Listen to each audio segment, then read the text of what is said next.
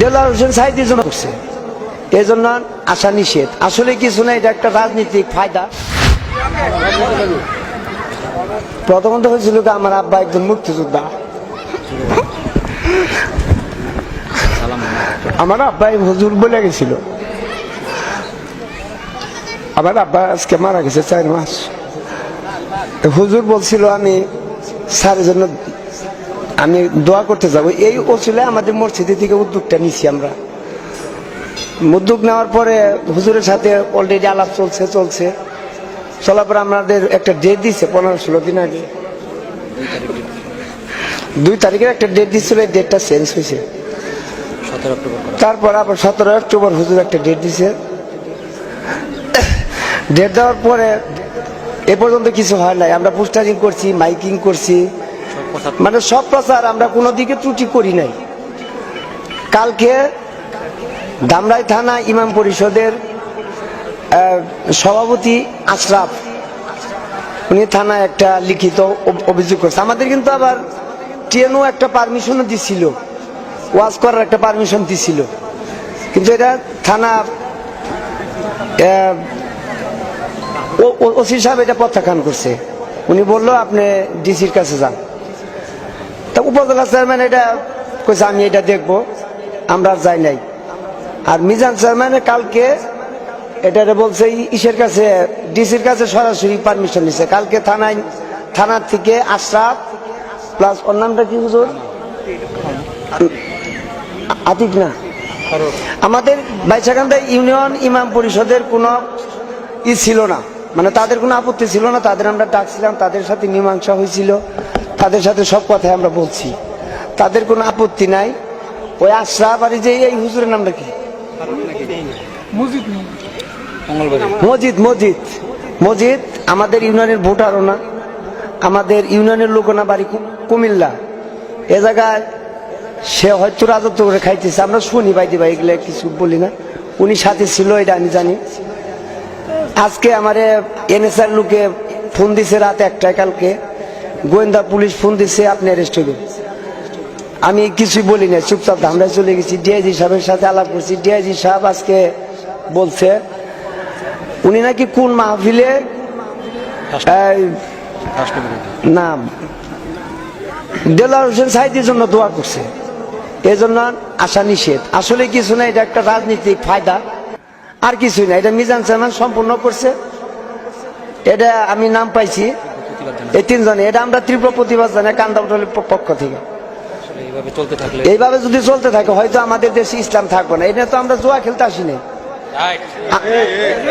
আমরা ইসলামের প্রচার করতে আসি। এ জায়গায় কেউ নারীবাজিও করতে আসি না। আমরা প্রতি বছর, গত বছর আমরা আনছিলাম তারেক মনোয়ার রে, এই মিজান চেয়ারম্যান, তখন উনি বাধা দিছিল এমপি সাহেব আপনি না করেন না। কিন্তু আমাদের মাননীয় মানে চেয়ারম্যান সাহেবের রিকোয়েস্টে আমরা 3 থেকে 4 বার মিটিং করে এমপি সাহেবের সাথে, তারপর আমরা মিটিং করছি, তারেক মনোয়ারের সাথে আমরা ওয়াজ করছি। কিন্তু এই বছর ডিসি সাহেবের আজকে ম্যাজিস্ট্রেট আইছে, টিএনওয়ার ছিল, মানে বিভিন্ন পুলিশ দেওয়া। আমার এখনো খালি ফোন আসতেছে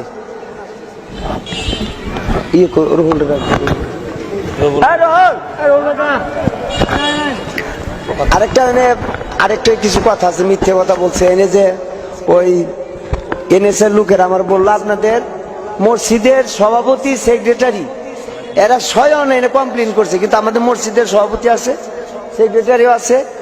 তারপরে তদন্ত ওসি কালকে আসছিল, তার সাথেও কথা হয়েছে, বলছে আমি তো এটা করি নাই। প্লাস আমাদের সভাপতির সিগনেচারও নিয়ে গেছে, মানে ছবি উঠে নিয়ে গেছে। সভাপতি আছে, উনিও কিছু বলুক। আমি এই ওয়াজের সম্পূর্ণ আমি করছি, হুজুরের সাথে কন্ট্যাক্ট আমি করছি। হুজুর কোনো টাকা পয়সা আমার কাছে চায় না, হুজুর আসবে এইটাই ওসিয়ত ছিল তার, সবকিছু আমি করছি, এরা শুধু আমার সাথে সহযোগিতা ছিল। বিসমিল্লাহির রহমানির রহিম। আজকে ঐতিহাসিক কান্দাবোতল ফুটবল খেলার মাঠে প্রতিবারের ন্যায় গত বছরও আল্লামা তারেক মনোয়ার সাহেব এখানে আসছিলেন, আপনারা হয়তো সবাই এখানে উপস্থিত ছিলেন। আজকেও মুফতি আমির হামজা কুষ্টিয়া সাহেবের আজকে ওয়াজ মাহফিল হওয়ার কথা ছিল। এখন পর্যন্ত আমাদের শুধু ধামরাই উপজেলা নয়, টাঙ্গাইল, মানিকগঞ্জ, ঢাকা এই পাশে আপনার নবাব দোহার সব জায়গায় পোস্টারিং হয়ে গেছে, মাইকিং হয়ে গেছে। অলরেডি আমাদের হাজার হাজার লাখ লাখ টাকা ইনভেস্ট হয়ে গেছে। আপনারা নিশ্চয়ই দেখতে পারতেছেন যে বড় প্যান্ডেলটা করা হয়েছে, এই প্যান্ডেলেও অনেক টাকা ব্যয়বহুল হয়ে গেছে। আমরা মাইকিং মানে সব কিছু অ্যারেঞ্জমেন্ট সম্পূর্ণ ছিল। এখন এই মুহূর্তে আমাদের এই প্রশাসন আমাদের আজকের এই মুফতি আমির হামজার ওয়াজটি সম্পূর্ণ নিষিদ্ধ করে দিয়েছে। অলরেডি দূর দূরান্ত থেকে আমরা একটু আগে জানতে পেরেছি অনেকেই কালিয়াকুর থেকে চলে এসেছে, ধামরাই থেকে চলে এসেছে, এপাশে মানিকগঞ্জ থেকে আমাদের ওয়াজটি শোনার জন্য চলে এসেছে। আমরা এই মুহূর্তে এই এতগুলো মানুষের সমাগম কিভাবে আমরা কন্ট্রোল করব? আপনারা দেখতেই পাচ্ছেন চারিদিকে হাজার হাজার মানুষের অলরেডি সমাগম শুরু হয়ে গেছে। ঠিক আছে, এখন আমরা যদি এভাবে এই ইসলাম বিরোধী যে আন্দোলনগুলো চলছে এগুলো যদি আমরা হতে দিতে থাকি তাহলে বারবার এই একই রকম পরিস্থিতি হবে সারা বাংলাদেশে। তাই আপনাদের মাধ্যমে আমরা এই প্রচার মাধ্যমে আমরা সারা বাংলাদেশে এই তীব্র আন্দোলন জানাতে চাই, যাতে করে পরবর্তীতে আর কোনো ওয়াজ মাহফিল বাংলাদেশে নিষিদ্ধ না হতে পারে। আপনারা ইতিমধ্যে আপনারা জেনে থাকবেন বাংলাদেশে শারদীয় দুর্গা উৎসবে সেখানে হিন্দু সম্প্রদায়ে মাত্র 11% তারা কিন্তু পারমিশন পেয়ে গেছে অলরেডি। তাদেরকে পুলিশ প্রশাসন সিকিউরিটি দিচ্ছে, প্রতিটা মন্দিরে পুলিশ প্রশাসন তাদেরকে সহায়তা দিচ্ছে। কিন্তু আমাদের আজকে ওয়াজ মাহফিল কেন বন্ধ করা হচ্ছে? সে তো এখানে কোনো ধরনের রাজনীতি করার জন্য আসতো না, রাষ্ট্রবিরোধী কথা বলার জন্য আসতো না, সে আসতো কুরআন ও হাদিসের আলোকে কিছু মূল্যবান বয়ান করার জন্য, যাতে আমরা ইসলাম আর আমাদের মজবুত হয়, আমাদের ইমানি শক্তি আরো বাড়ে। কিন্তু আপনারা দেখতে পাচ্ছেন যে আমাদের এই কমিটি এখন আর সর্বস্ব চেষ্টা করেছে। আমরা সারা রাত গতকাল চেষ্টা করেছি যে ও ওয়াজটা যাতে সম্পূর্ণ করা যায়, তো সেটি আর হচ্ছে না, সেজন্য আমরা আন্তরিকভাবে দুঃখিত। না, এবছর মাহফিল হতে যাচ্ছিল কিন্তু প্রশাসনিক কারণে আজকে বন্ধ হয়ে যায়। কিন্তু আমরা সকলে অবগত আছি, আমরা গত 2 অক্টোবর আমাদের এই মাহফিলের ডেট ছিল, কিন্তু সরকারি নিষেধাজ্ঞা থাকার কারণে 3 অক্টোবর পর্যন্ত আমরা 2 অক্টোবরের মাহফিলটা 17 অক্টোবর আনা হয়। আজকে 17 অক্টোবর কোনো নিষেধাজ্ঞা নাই, মুফতি আমির হামজার বিরুদ্ধে রাষ্ট্রীয়ভাবে সারা দেশে কোনো নিষেধাজ্ঞা নাই। করোনা উপেক্ষা করে কোনো মাহফিল বন্ধ হচ্ছে না। বিশেষ করে যে হিন্দু সম্প্রদায় দুর্গা পূজা আগামী 22 তারিখ থেকে শুরু হচ্ছে, তাদের পুলিশ প্রটোকল দিচ্ছে। কিন্তু আজকে ইসলামী বাংলাদেশে সর্বাধিকার ইসলাম ধর্ম থাকার কারণে আজকে কান্দাপটলে এই ঐতিহ্যবাহী ইসলাম প্রচারের কাজটি বন্ধ হয়ে যাচ্ছে। এটা প্রতি বছরে আজকে 42তম মাহফিল, এটা বন্ধ হওয়ার কারণ কি?